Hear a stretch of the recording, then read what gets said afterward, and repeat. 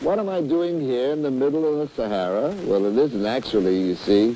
We're out here in Canberra making, I don't know if that's the correct pronunciation.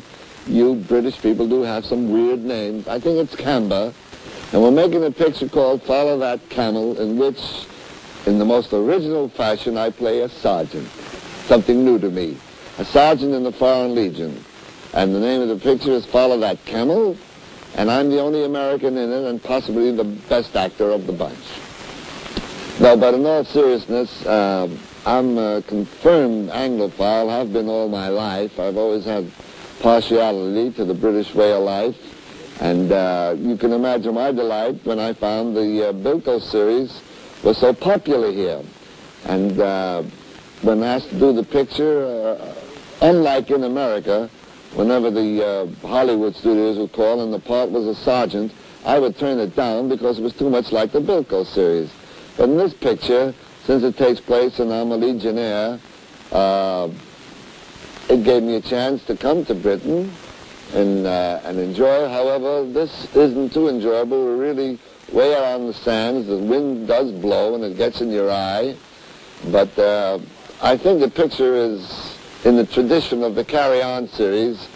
It'll possibly be the best one they've made because I'm in it. They're wonderful people, and who I'm meeting for the first time, but they're splendid actors. Jim Dale, Kenny Williams, and a lot of other actors that I've admired for years in the British films, but I haven't ever learned to meet them. The funny incidents of the picture, to me, is when they do lapse into completely British expressions, which are new to me, you know. How is it being a five? I've forgotten it already or something. When is a husband not at home? I don't know what that means, but I trust them, and I say it, and they assure me in the picture it'll be a laugh. But I'll tell you something, it better be a laugh, or so I'm getting a jolly good amount of money to make this picture, half of which I'm sure the British government will confiscate as I try to leave the country in disguise. But I'm having the time of my life. I cannot say that I enjoy the sand too much because I have been given to wearing contact lens and the sand does get into the contact, but that won't be seen in the film. What you will see in the film will be a lot of fun. As a matter of fact, it better be a lot of fun because it's an expensive picture. I never worked in more congenial surroundings. The director is a delight, Gerald Thomas, and Peter Rogers, the producer. And so this is kind of a cliche. If the British audience has enjoyed this picture as much as I've enjoyed meeting my mateys over here, then they'll have a huge success on their hands. I hope they'll call me back again.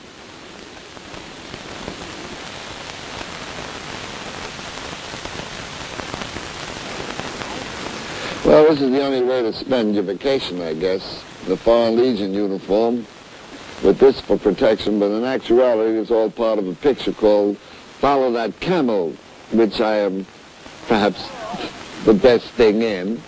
But it's my first picture ever made on British soil. In fact, my first employment. As a matter of fact, it's the first money I've ever made in Britain, and whereas I have visited here many times, being a visitor and making money is nicer than being a visitor without money, most of which I'm sure they'll take away from me before I leave. The name of the picture is Follow That Camel. There are a lot of people around watching this making. It's a lot of jolly fun. Jolly, a word I picked up since I've been over here. But it's a lot different than my first visit to Britain. It was after the Bilko series had become so popular. I got off the plane at the airport here and saw thousands of people and assumed some very well-known personage was on the plane. It was me they came to see, and I couldn't be more thrilled. I had no idea the Bilko series had received that much acclaim in England, and nothing could please me more because I'm confirmed Anglophile. As a matter of fact, it wasn't a week or so that I was here that I insisted on seeing a cricket match because I'm a great sports fan in America, and I know nothing about cricket at that time. And I went with a good friend who took me in the Lord Taverner section to watch the game and explained the rudiments of the game and the rules, and as a sportsman I understood it and enjoyed it very quickly. So much so that I was on television a few minutes later broadcasting the match. Well, I'm sure that the Lord Taverners will never recover because I broadcasted as an American might describe a match. And so when I think it was a test match, and they were playing India, and this is the way I did it. I said, Krishna of India's at bat. He's had 42 runs. Good! Good! There goes the sixer, and it's hit well over the wall. Well, these Lord Taverners that were sitting in this more or less sacred section took a look back in such indignation. Well, then they saw it was me, and they figured, well, Bilko was nuts anyway, so it was all right. Well, the next day, traveling the streets of London, I was a hero, more or less, especially with the cabbies. They all say, Bilko, jolly good. We enjoyed the cricket. First time we enjoyed the commentary on it and understood it. So that, of course, gave me a great deal of joy, and as it is in this picture, working with these very fine British actors who have made this series, these carry-on series, so popular, little do they know that I've invested and they're all working for me. You see, when the picture's over, I'll get all the money. And I hope it'll be as popular in America and all over the world as it is in England, because they're very, very popular. As a matter of fact, this gun is loaded, and I know most of the people who are watching.